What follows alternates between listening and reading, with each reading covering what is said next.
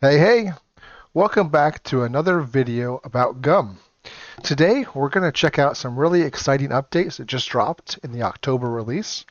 I'm going to keep this video short and focused. Remember to use your chapter markers to skip around.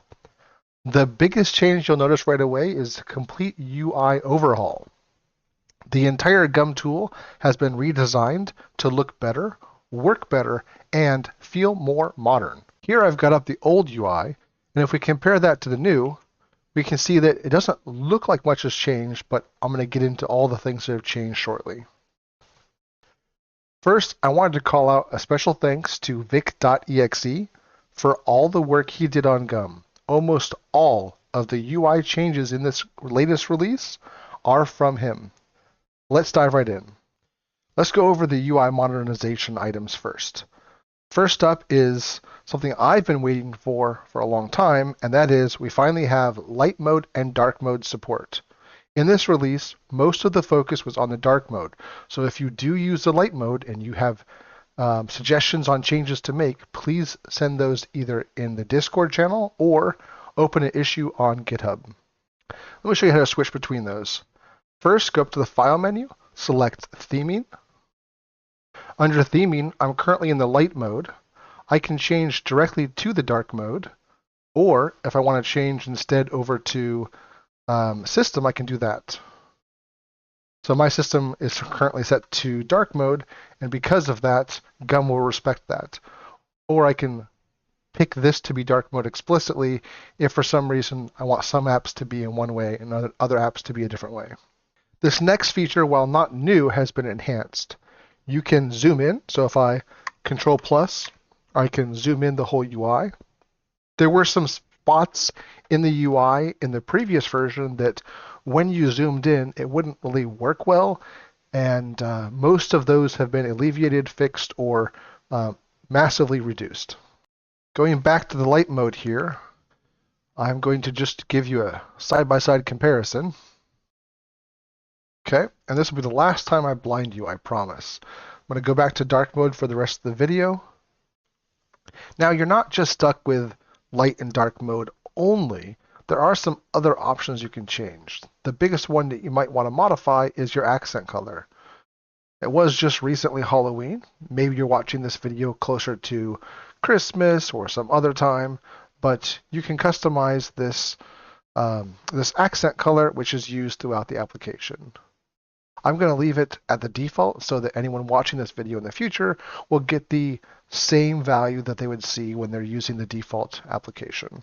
Let's zoom in a bit for the rest of this video so that things are easier to see. First, let's talk about the icons.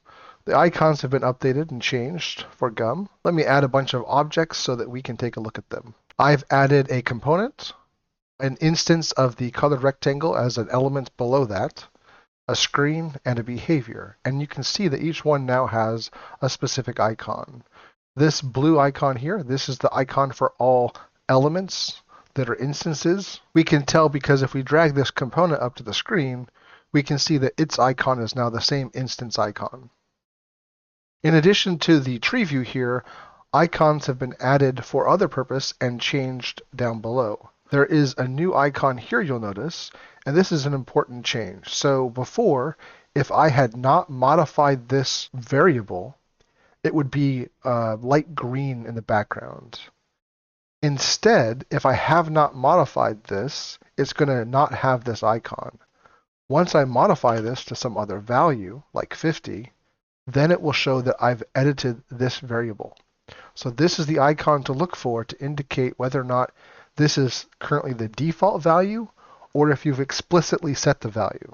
Additionally, you'll notice that the gum icon in the taskbar has changed, and also up here at the top. Not only that, but the entire top of the screen has been reduced in size. The next big change is Treeview reordering. You can always, in the past, you've always been able to add elements, and then you can drag them around. I can add as many elements as I want. And if I want to reorder these, in the past, the only way to reorder them was to use the keyboard. You'd select the object that you want to reorder. Once you have that element selected, you'd press Alt and either up arrow or down arrow to move the position of that entity, that element, within this parent. But now you can also click and drag, and you can see that it shows where in between those is going to be dropped. So I can add it before the top, or I could move it between these other two, and it will respect that. That is new, but previously you could also drag and drop onto an object to make it a child. That is not new behavior, but I'm just showing you that that also still works. The next thing is the animation tab has been cleaned up. Let's go ahead and view that. And we can see that we've got a new section, a new way to view the different animations, the keyframes that are part of it. Let's just fake something up. So now I'm going to add the animation. I'm going to set the first state to that first state we built, which has the object in the top left. And now I'm going to do it again for state 2, which has it in the bottom right. And then, whoops, clicked off of it. And then once I have the animation selected here, and I've got these two different states that I want to interpolate between, I can then hit play, and it does that. This is not new behavior. It's just the way that this UI has been updated has made it a lot smoother and easier to use. Next thing is the alignment tab. Again, I'm just hitting on the big things here. So the alignment tab, we've got new icons on the alignment tab here. And if these don't make sense, that's okay. You can hover over and see this is fill, or this is fill vertically, or this is top left. Next small thing here is that on the output tab, we've got a clear button. So if you track information or you monitor information in here and it gets too much, you can just clear that out so that you can not have to look at it. For the next improvement, I'm going to have to add forms. So I'm going to do content, add forms components. I'm going to include the demo screen. I'm going to minimize behavior since it adds a bunch of them.